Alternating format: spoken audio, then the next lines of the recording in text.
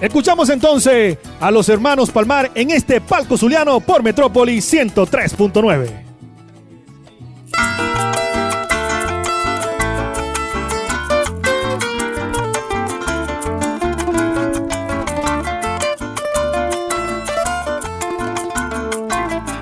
Nadie sabe, Padre mío, que en tu vida solo angustias y pesares has pasado, y que a veces triste y muy acongojado lloraste solo tus tristezas y alegrías. Lloraste solo tus tristezas y alegrías. Y es por eso que hoy te canto con ternura. Quiero borrar con mis canciones tus pesares, porque eres tú, mi viejo, la dulzura. Yo quiero hacerme compañera de tus males. Yo quiero hacerme compañera de tus males.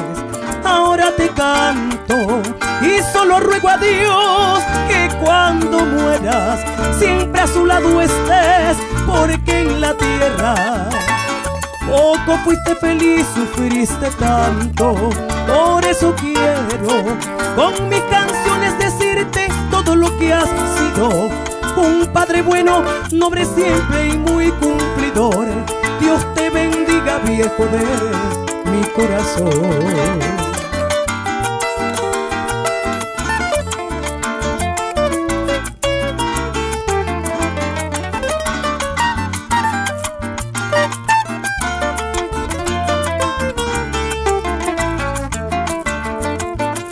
Nadie sabe, Padre mío, que en tu vida solo angustias y pesares has pasado, y que a veces triste y muy acongojado lloraste solo tus tristezas y alegrías.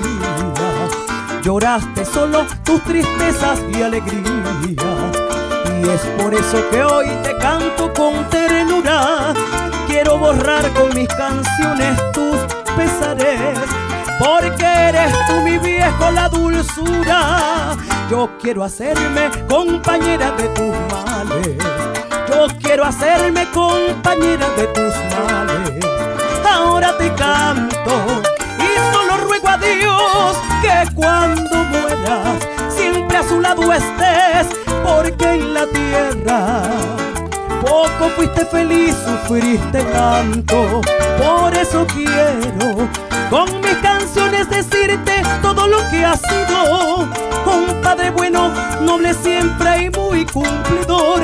Dios te bendiga, viejo de mi corazón.